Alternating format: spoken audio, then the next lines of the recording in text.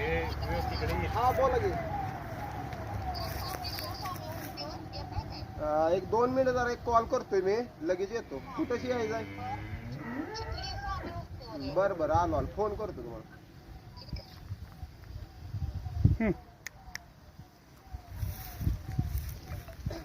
इकडं मागे.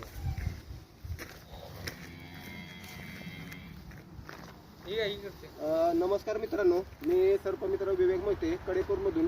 तुम्ही पाहू शकताय आत्ता आम्ही कडेपूरमध्ये प्रवीण पोळ यांच्या शेडाच्या मागं हा इलेस प्रॅक्टिकल कोबरा आपण रेस्क्यू करतोय.